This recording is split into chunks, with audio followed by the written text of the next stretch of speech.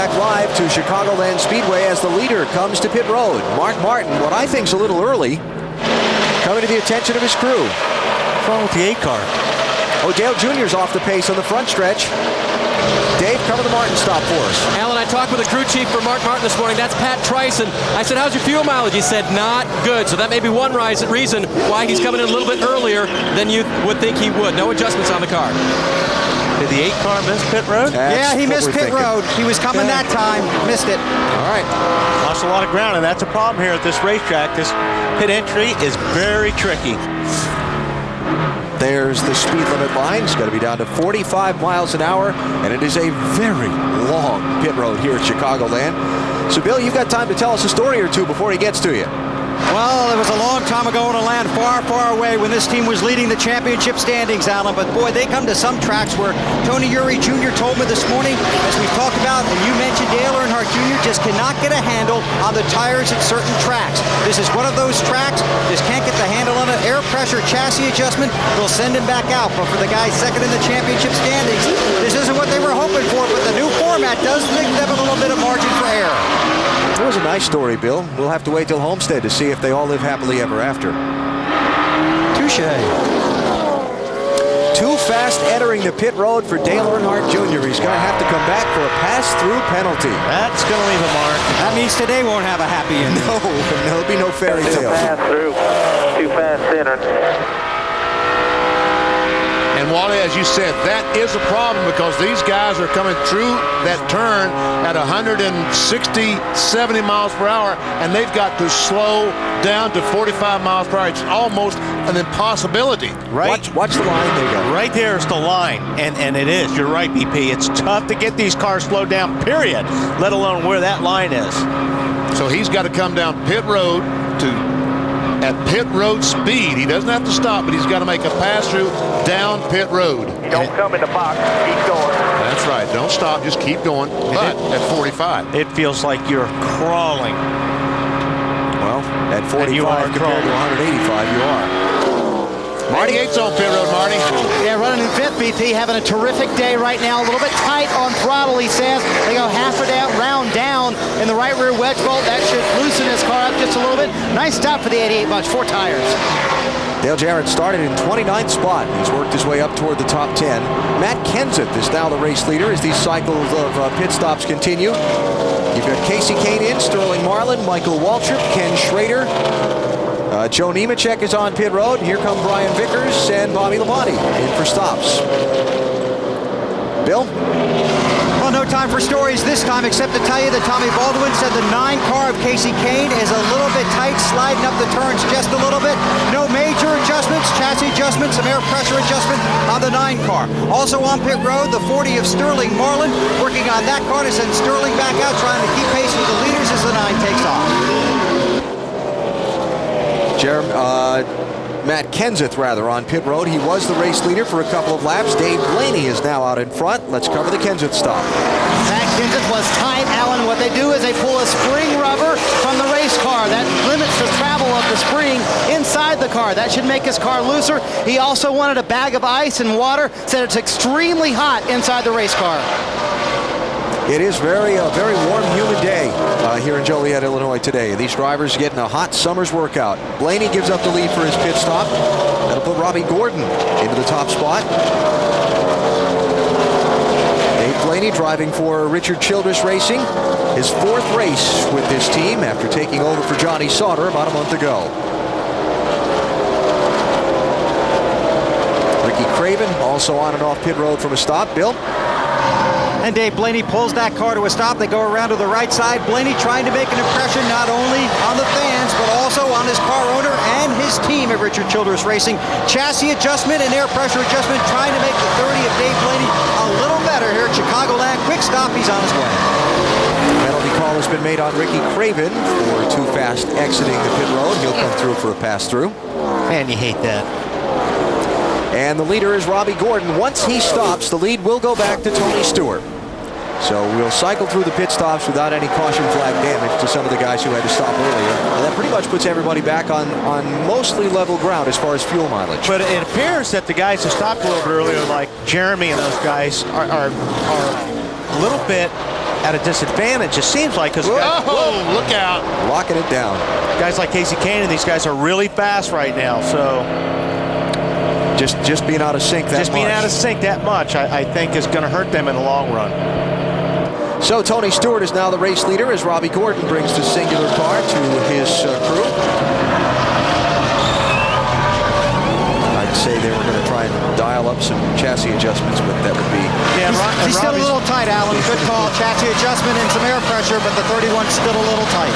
And I think Robbie's going to lose a lot of time because he stayed out there a long time, Bill, and his times were really, really slow. So he lost a lot of track position even before he came down pit road. That's the thing, that with the tires that they're using this year in NASCAR Next Level Cup Racing, the advantage of the fresher tires, I was thinking about Mark Martin's pit stop and how he was kind of maybe 5 to 8 laps early on his stop, but once Tony Stewart came in, he didn't have much of a choice, did he? It forces your hand, it really does. Did something just happen to the 20 car? Because he was right behind the 18 of Labonte, and now Labonte is several car lengths in front of him. Okay, let's see what happened. It's John Andretti in the 1.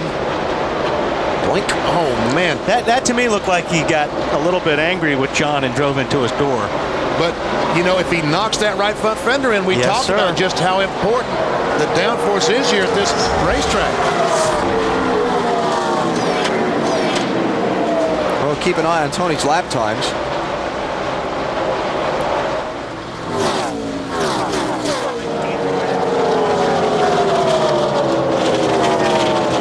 On Jimmy Johnson by 4 3/4 seconds, and he's running pretty competitive times right now. What happened before the one we just saw? All right, here we got Jamie McMurray down, and John drifts up in front of Tony.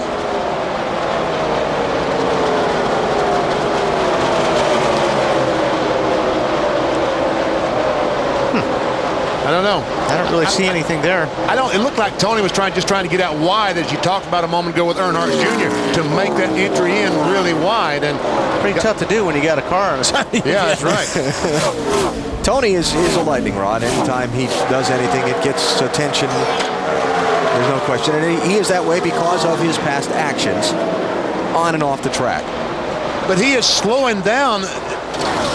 I just think he's slowing down, that he's not as fast as he was before. I don't know. If he knocked that right front fender in, BP, you know how important that is. I don't know if he was further up on the one car when he did that, but if he hurt the integrity of that front fender, that is so important at a racetrack like this. But I don't see any. I don't see any damage. Tony was a topic of a lot of discussion in the garage a week ago at Daytona Beach, Florida. He had the altercation with with Brian Vickers after the race at Sonoma, California, a couple of weeks ago, and was put on probation and fined by NASCAR. Also had 25 championship points taken away, and a lot of people in the garage were discussing exactly what probation means and at what point a suspension comes into play for drivers. We saw Kevin Harvick, we saw Jimmy Spencer sat down by NASCAR. Tony had been on probation before, and his lack of putting him on probation again brought that discussion point up for a lot of people. What point probation means anything to anybody? Yeah, I don't know what probation means. I think, you got to get to the point and find out where's the line. What did Jimmy Spencer do and Kurt Busch do compared to what Tony Stewart do? I mean, if you go through the window at somebody, as far as I'm concerned, that's where you need to draw the line. I mean, I'm glad Tony shows his emotions. We've got enough guys, I think, that are robots in this sport. I think it's great that somebody comes out and he's aggressive and he wears his emotions on his collar.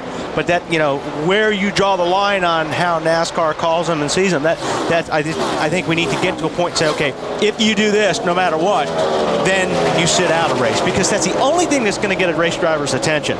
If you can find me and you can take some points away, but if you make me sit home and watch one of these races, it's going to get my attention. And what really concerned me about that whole situation was NASCAR's credibility, because after all, that's all they sell is credibility, and they've taken some hit this year. The new point system, Rockingham, the race going away, only one race now in Darlington, South Carolina. So some credibility issues. Just be consistent. But I talked to Mike Helton this morning, and I told him I was going to say, that people have a problem with your credibility.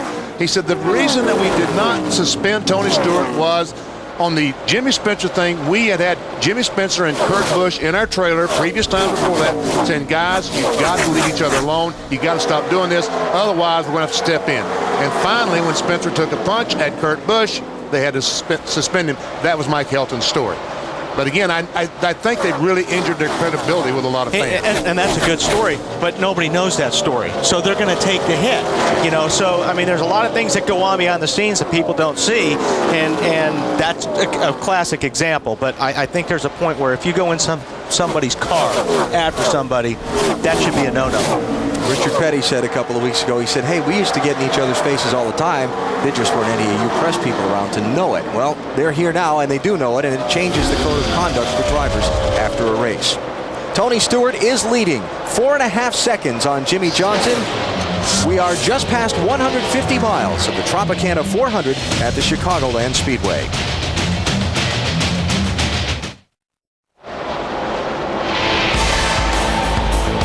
NASCAR Nextel Cup Racing from Chicagoland Speedway is brought to you by Discover Card and their new cashback bonus program. It pays to discover. By Viagra. Ask your doctor if Viagra is right for you. By the next Ford F-150 2004 Motor Trend Truck of the Year. And by Fram Air Hog High Performance Air Filter. Fram. Hog the road. And we come back to the Chicagoland Speedway just as the caution flag comes out. Troubles for Ricky Craven. Tide ride, blow up. Puff of smoke. And in one more lap, Jeff Gordon would have been lapped by Tony Stewart. What a lucky break for Gordon. The caution unlucky for Dale Jarrett, who had just come onto pit road for an unscheduled stop. Report is he had a cut tire. He's back in 29th, now 2 laps down. And caution also was kind of unlucky for Dale Jr. because he's not the first car 1 lap down after his pass-through penalty, and he is trapped back in 28th position, 1 lap down. It's like the Lucky Dog Award winner is going to be Ward Burton. You would be correct, BP. So once the leaders come to pit road, he will be able to pass the pace car and come around as we join the end of the lead lap. Get his bone. Yep. His big old bone. So we're at 120 laps of 267, and Tony Stewart's crew will get a chance to look at those right side fenders and see if he creased them any with the contact between he and John Andretti. I don't think that was, I mean, I really think that when you see a car get out in the open, when you get them out front, they pick up 2 or 3 tenths of a second. When they're around other cars, they lose that 3 tenths of a second because of the arrow. And he was in heavy traffic. And he was in traffic at that time. So I think all these cars will probably now change 4 tires, and we'll see if his crew can get him back in front. If they can't, I think you're wrong. those cars. What do you think? I think you're wrong. You don't think they're going to change all 4 tires, Bill? I just think you're wrong. I'm going to agree with Bill on this one, Benny. They were all just on pit road not that many laps ago. Next, except on the West Coast on NBC, live U.S. Olympic trials. It's Maurice Green before defending his gold from Sydney, challenging America's best in the men's 100-meter final. Plus, world record holders Michael Phelps and Natalie Coughlin continue their pursuit of Olympic glory at the swimming trials. For Olympic coverage, the sports and athletes, log on now to NBCOlympics.com. Okay, here comes Tony. Leaders come to pit road along with the lap car of Ryan Newman. And Elliott Sadler's going to reach his pit first among these cars. Marty? And he's in 4th place. And scary enough, Alan, I think they're listening to Wally, or at least Wally got it right. They're going to put the air pressure back, worried about going too low on that right front air pressure. They go down or up half a round on the track bar, trying to loosen them up. Dave? Mark Martin still moving the steering wheel very little, which means no changes on his car. It's handling perfectly. 4 tires and fuel. Remove the windshield tear-offs. Matt? Service has already been completed on Tony Stewart's Chevrolet. He needed to be tightened up a tick on entry to center to help on the takeoff, Bill. Sterling Marlin already away. Benny, he took 2 tires and fuel. That car is good. Watch the 40 of Marlin. All right, we got our eyes on him, but Tony Stewart is right behind him with 4 tires, Bill. Hey, Bill. I want to be riding with Tony, I believe, on this race. Yeah, I do what do too. you think? I do too. We'll put you in the 40 car, Weber. Bill, let me get you to go check. You're not driving, are you, Wally? Yeah, that's true. Let me get you to go check Casey Kane, Bill, because I think he got 2 tires also. I know his teammate Jeremy Mayfield also got just right side tires. So somebody else might have taken 2? They might have. Yeah. And a long pit stop for Jeff Gordon. And that's because he just said the last transmission from him, this car is really bad. I'm driving sideways. Not very happy going for his third consecutive win. Again, as we told you earlier in the race, they started out with a tight setup, but it's been loose all day. They continue to battle it. Don't count those guys out just yet. We're not even halfway. Jeff Gordon rejoining the chase, and the race leader off pit road looks like it's going to be Casey Kane. We'll reset it for you when NBC Sports returns to Chicagoland.